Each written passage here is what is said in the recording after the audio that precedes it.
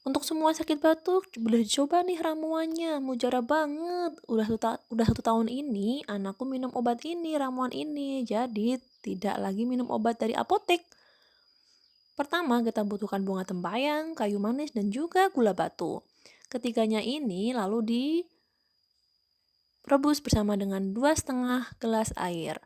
Dengan direbus ini dari 2,5 gelas air, kita jadikan 1 gelas aja. Kalau sudah selesai, nanti akan berubah warnanya.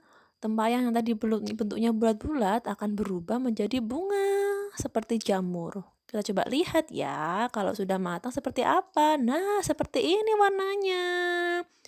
Sudah berubah menjadi warna kecoklatan dan bunganya tadi bulat menjadi seperti jamur pengembang.